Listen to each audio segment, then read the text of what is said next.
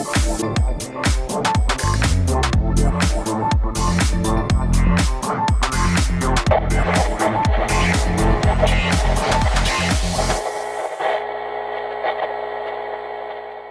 parou para pensar no quanto a crise climática pode já estar atrapalhando a sua vida diariamente? O ano de 2025 foi um dos mais quentes já registrados, com temperaturas médias próximas de 1,4 graus Celsius acima da era pré-industrial. O aquecimento global gera de um lado secas intensas e do outro tempestades mais fortes, causando aumento no nível do mar, inundações, encarecendo a sua comida e a sua conta de luz. O meu nome é Jorge Martins e este é o Sete Perguntas, um podcast produzido pelo Instituto Federal do Maranhão. Hoje a gente vai falar sobre mudanças climáticas e educação ambiental. Quem me ajuda nessa missão é a Georgiana Marques, que é doutora em Biodiversidade e Biotecnologia e diretora de pesquisa do IFMA. Georgiana, seja muito bem-vinda ao Sete Perguntas. Muito obrigada, Jorge, pelo convite. Então, para começar, Georgiana, minha primeira pergunta é sobre o conceito de mudanças climáticas, né? Em que consiste a mudança climática e quais são as causas? A mudança climática é um processo natural, né? Então, a gente tem que lembrar disso, que o nosso planeta ele passaria por um processo que a gente chama da era do gelo à era do calor. Isso é normal. No entanto, depois da Revolução Industrial, a gente precisa lembrar desse resgate histórico, né? Com a Revolução Industrial, ele tem uma mudança na produção do planeta.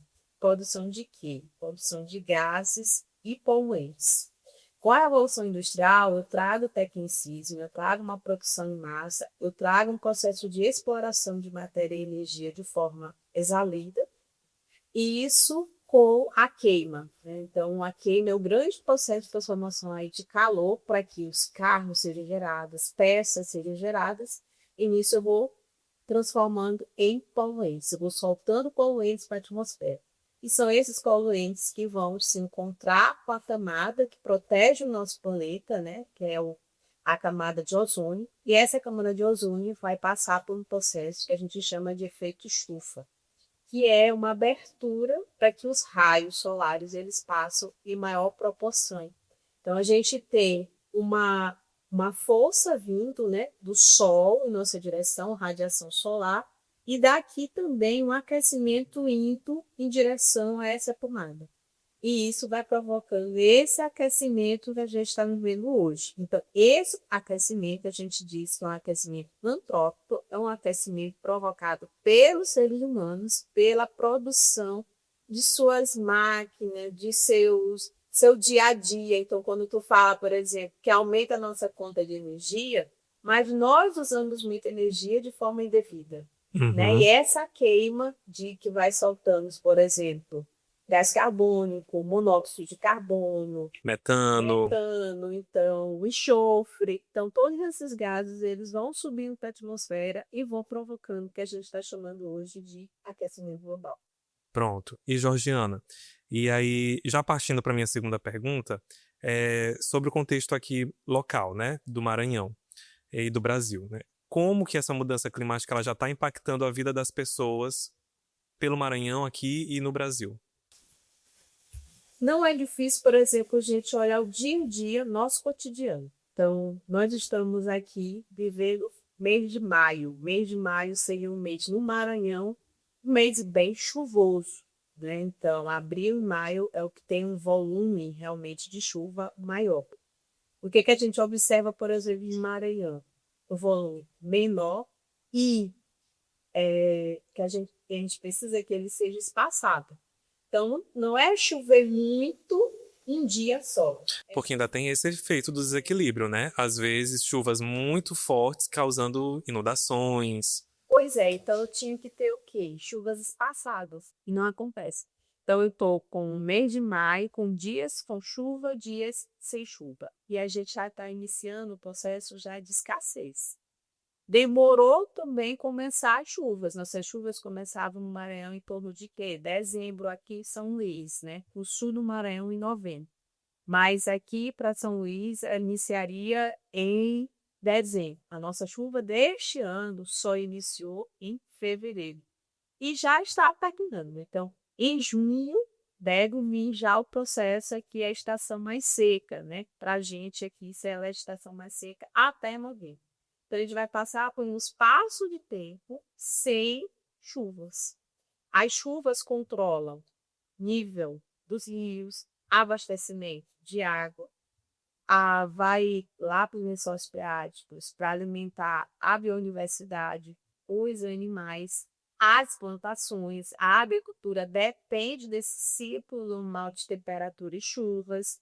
E aí o que acontece, por exemplo, perdas de lavouras, aparecimento de pragas. Se eu tenho perda nas lavouras, aparecimento de pragas, a alimentação não chega no consumidor. Então, ou se chega mais caro. E aí eu preciso também mudar até a tecnologia de purificação, porque eu vou ter que dar água, já que ela não teve água suficiente da natureza. Então, eu já tenho aí os custos da produção, irrigação, usar insumos para poder adubar aquele solo, que vai ficando mais fraco. Então, eu vou tendo problemas na agricultura, problemas com relação também respiratória, né, nas pessoas. Eu tenho hoje várias síndromes gripais, eu não tenho uma síndrome gripal, eu tenho várias HNs e outras. Por quê? Porque a temperatura também do planeta está aumentando e a quantidade de doenças provocadas, por exemplo, por vírus, bactérias, etc., também.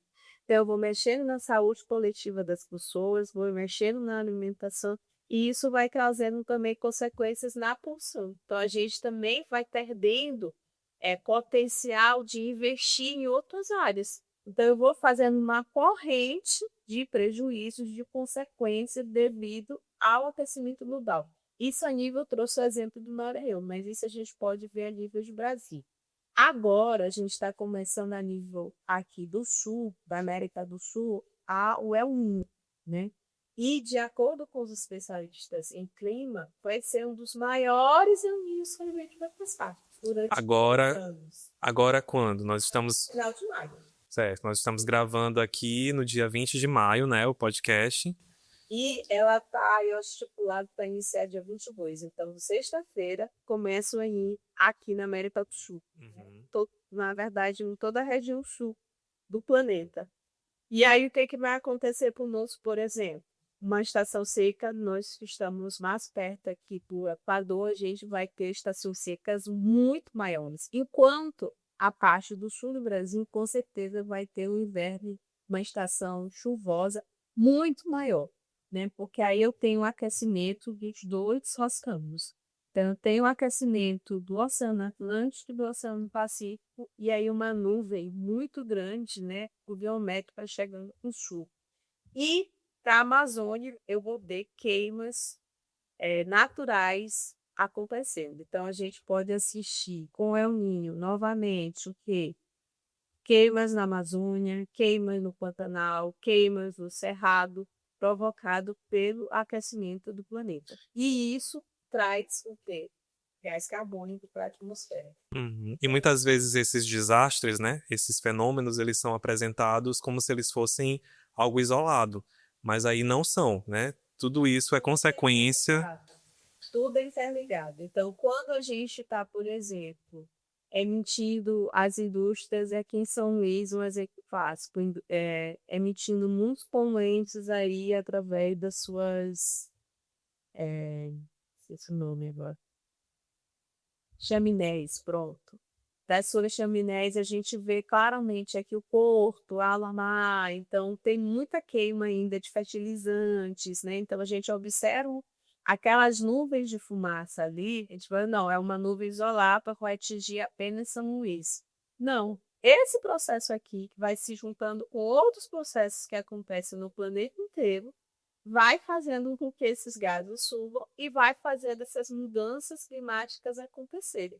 E elas não vão acontecer exatamente onde foi criado. Esse que é o nosso grande problema também. Quando a gente fala, por exemplo, da Revolução Industrial, que inicia lá na Europa, então só lá poderia ter acontecido os efeitos maiores. Não, esse efeito é planetário. Nós estamos um planeta apenas. Então, essas correntes, elas vão de um lado para o outro. Quem sofre mais as consequências? Os países pobres. Por quê? Porque não tem como lidar com essa adversidade, né? Então, eles não têm a economia suficiente para poder fazer um processo de prevenção, investir no processo de prevenção, por exemplo, de tempestades. Então, a gente sofre mais os países mais pobres, tanto da América como da África, são os países que mais sofrem em relação à crise. E isso está ligado, inclusive, à minha terceira pergunta, né? Que é sobre a assimetria de como as pessoas sentem esses efeitos. É claro que estamos todos vivendo no mesmo planeta Terra e todo mundo, de uma forma ou de outra, em certa medida, vai sentir os efeitos dessa mudança climática, do aquecimento global, mas não de uma forma igual, né? Como você está falando, tem países mais pobres que vão sentir menos porque são mais vulneráveis, têm menos condições de se adaptar. E isso também está ligado à questão do racismo ambiental, né?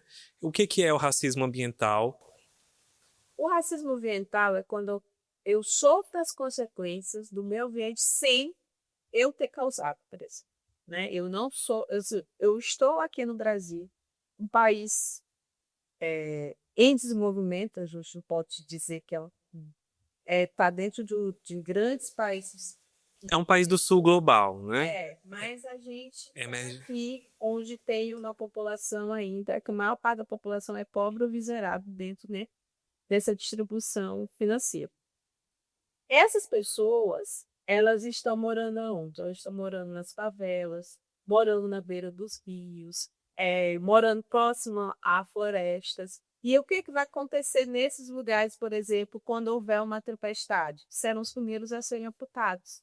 Né? Então, as pessoas que estão ali próximas, morando, por exemplo, no Maranhão, a gente tem o Rio Mearim, que anualmente aumenta o volume e o município de Pedreira sofre em relação a isso.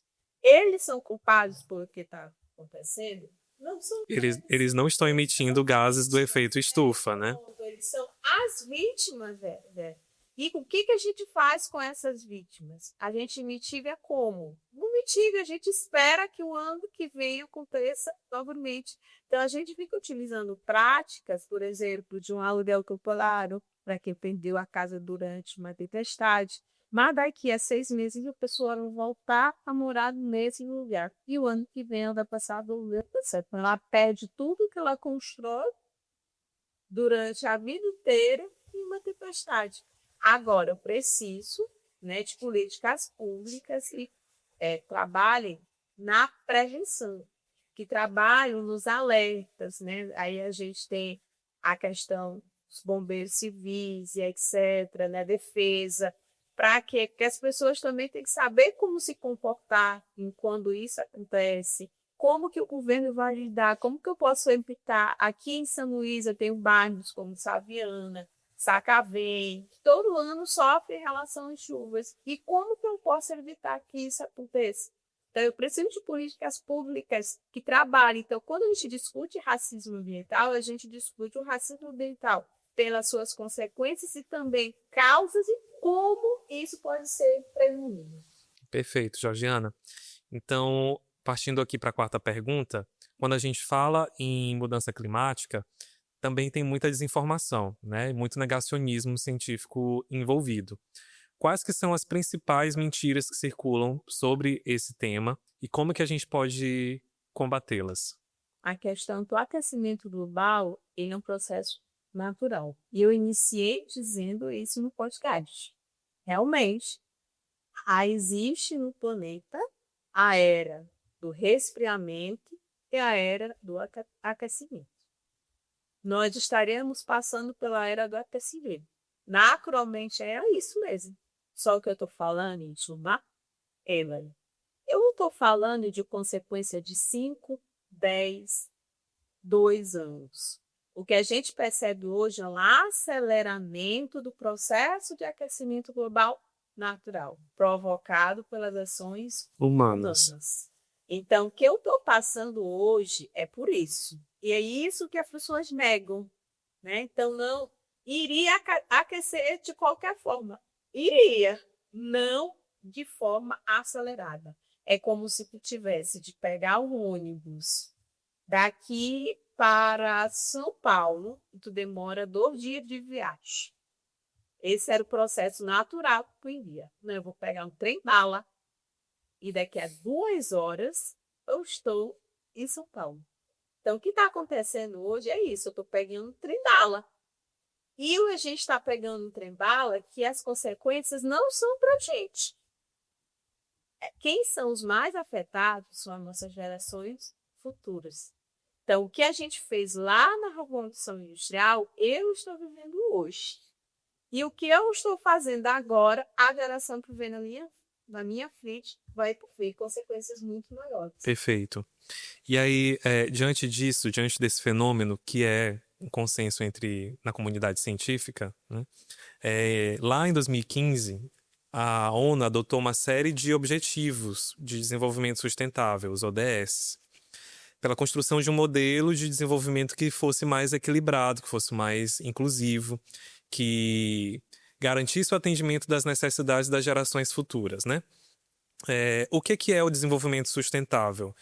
Dá para a gente, de fato, harmonizar o desenvolvimento econômico com a proteção do meio ambiente? Dá, sempre deu.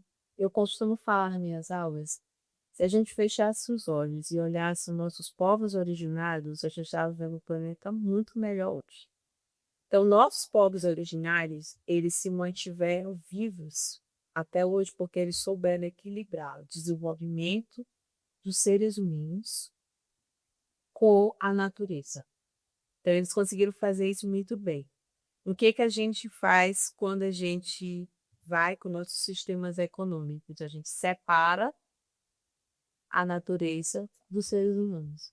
Os seres humanos passam a ser uma fonte dominante, né, como fosse inatingível, e a natureza como se fosse a matéria-prima para atender as necessidades desses seres humanos. O que o desenvolvimento sustentável, então, traz? Essa aliança. Eu tenho que provocar um desenvolvimento que seja justo, que seja equilibrado, seja unido entre o meio ambiente e a necessidade de eles. Você tem que unir isso. Unir para onde? Unir para que façam uma seta para o futuro. Para que as gerações futuras elas possam viver nesse planeta de forma confortável. Porque o que a gente está vivendo hoje não é confortável para ninguém. Hoje, o que a gente vive? A gente vive atrás não de um desenvolvimento humano. A gente vive atrás do crescimento econômico. O que eu quero que o país desenvolva? Aumente o produto interno bruto. E não que aumente o IDH, que é o Índice de Desenvolvimento Humano.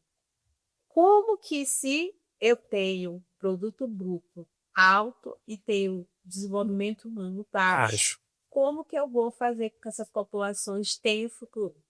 Então, os Objetivos de Desenvolvimento Sustentável focados no IDH e não no PIB. Por isso que eles são alicerces, eles são pecinhas.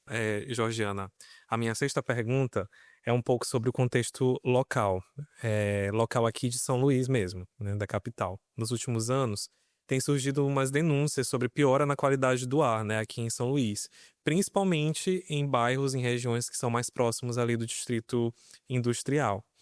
Em alguns momentos, em alguns locais, as medições elas apontam níveis de poluição acima dos índices de emergência. E aí eu queria saber o quão grave é essa situação e o que tem sido feito para solucionar. Grave, gravíssimo, né?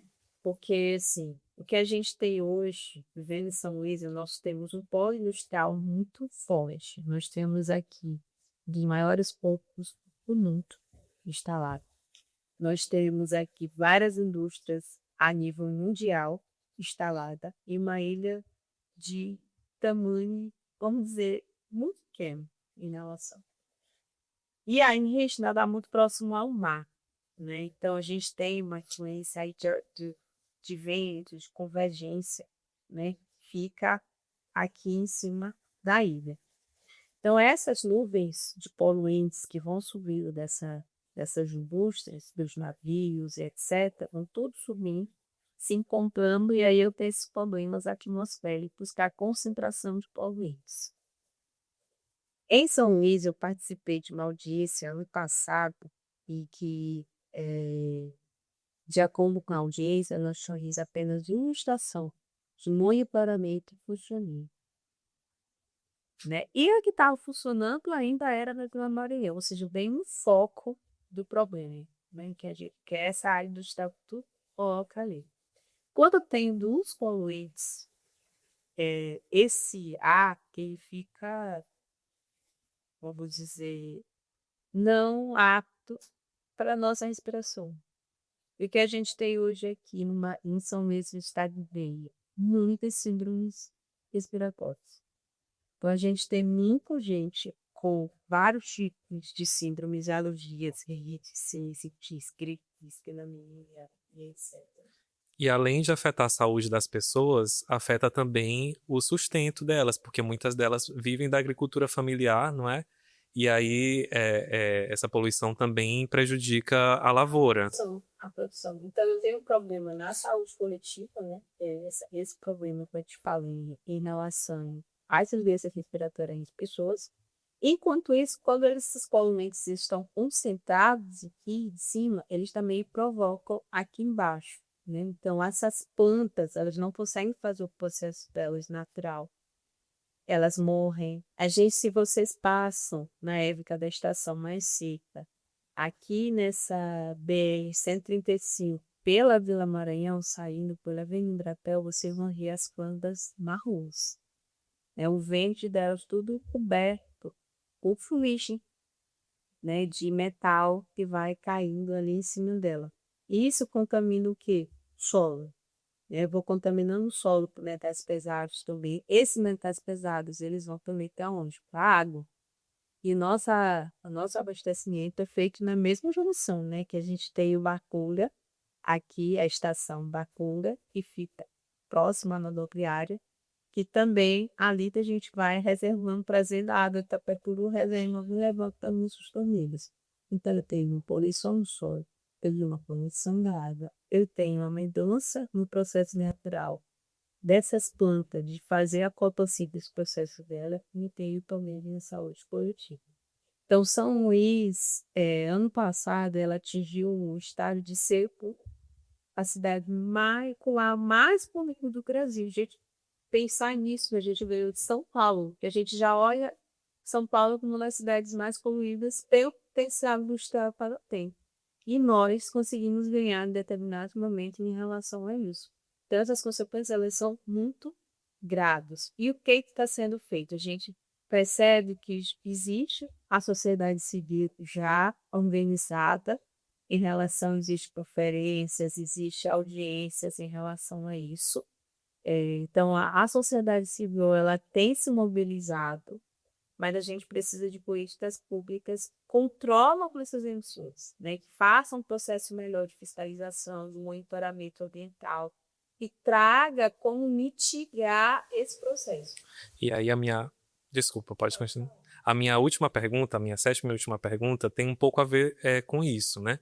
Eu queria saber se já existe essa tecnologia disponível para mitigar esse problema da emissão de poluentes que afeta a saúde das pessoas, a qualidade do ar, que afeta as lavouras, a qualidade do solo, a produção dos alimentos. Essa tecnologia está disponível ou é algo inevitável que haja essa poluição nesses níveis? Eu acho que tua pergunta, e aí fica muito clara quando a gente está assistindo, por exemplo, o desenvolvimento da China. A China ela já foi considerada o país mais poluente e é uma dos que nunca assinou nenhum desses acordos ambientais, inclusive com mudanças climáticas, né? Mas a China ela tem mudado a forma de produção. Então eu não preciso mais emitir tantos gases tóxicos para produzir, por exemplo, tecido. Antigamente a gente lavava tecido com mercúrio, eu preciso mais fazer isso. Então, tecnologias para substituição de geradores de poluentes, nós temos várias. A adoção que é o problema. Por quê? Porque muitas dessas tecnologias, elas são mais caras de implantação. Por exemplo, você tem uma energia provocada na sua empresa ali por energia termoelétrica, como a gente tem aqui. E eu posso fazer uma usina solar. Então, a usina solar para implantação ela ainda é mais cara do que as outras formas de energia, como as hidrelétricas, etc. Então, se investe hoje no mais barato, mas não no mais que traria menos consequências. Não, a energia solar não traz consequências, ela traz, mas ela traz menos consequências como matéria elétrica. Então, eu acredito que a gente precisa de tecnologias limpas, elas estão sendo geradas, e a gente tem um foco hoje muito grande na sustentabilidade, com as empresas, elas têm investido em criar inovações que sejam mais sustentáveis. Então, eu preciso buscar essas inovações e trazer. Eu lembro muito bem de não sei se você assistiu, mas um documentário do Bill Gates. No documentário dele, ele trabalhou muitas das vezes atrás de tecnologias que resolvessem problemas em países pobres.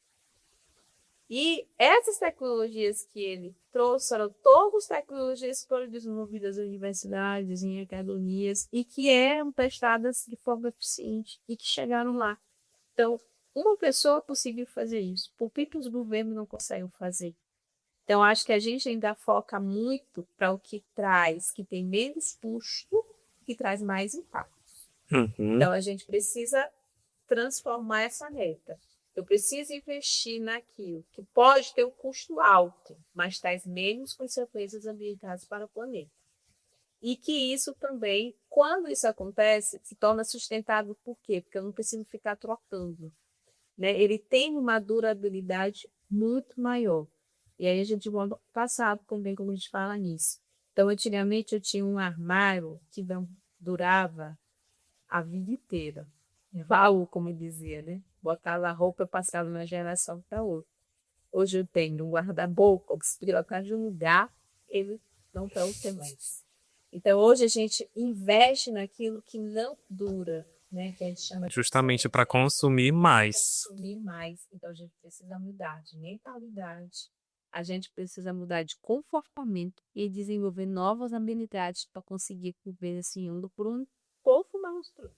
Exatamente, Georgiana, essa conversa vai longe, mas infelizmente nosso tempo já acabou. Muito obrigado pela aula, foi excelente. Eu te agradeço. Estamos sempre disponíveis. É um tema que a gente vive diariamente, mas talvez nem todo mundo esteja aberto a aceitá-lo, como tu disse. Mas a gente precisa mudar. E aí eu só faço convite para as pessoas também que estão assistindo o podcast, que irão assistir, que mudem seus comportamentos. Um deles é fazer um repensar sobre o consumo. E esse consumo pode trazer para a gente consequências muito maiores. Quando eu melhorar a forma que eu vivo nesse mundo, eu vou melhorar o mundo para que possam. Tá aí, o recado está dado. E esse foi o 7 Perguntas, um podcast produzido pelo Instituto Federal do Maranhão, com o objetivo de compartilhar conhecimentos e curiosidades sobre assuntos de educação, ciência e tecnologia. O episódio de hoje foi gravado no estúdio da TV IFMA. Eu sou Jorge Martins e espero você no próximo episódio.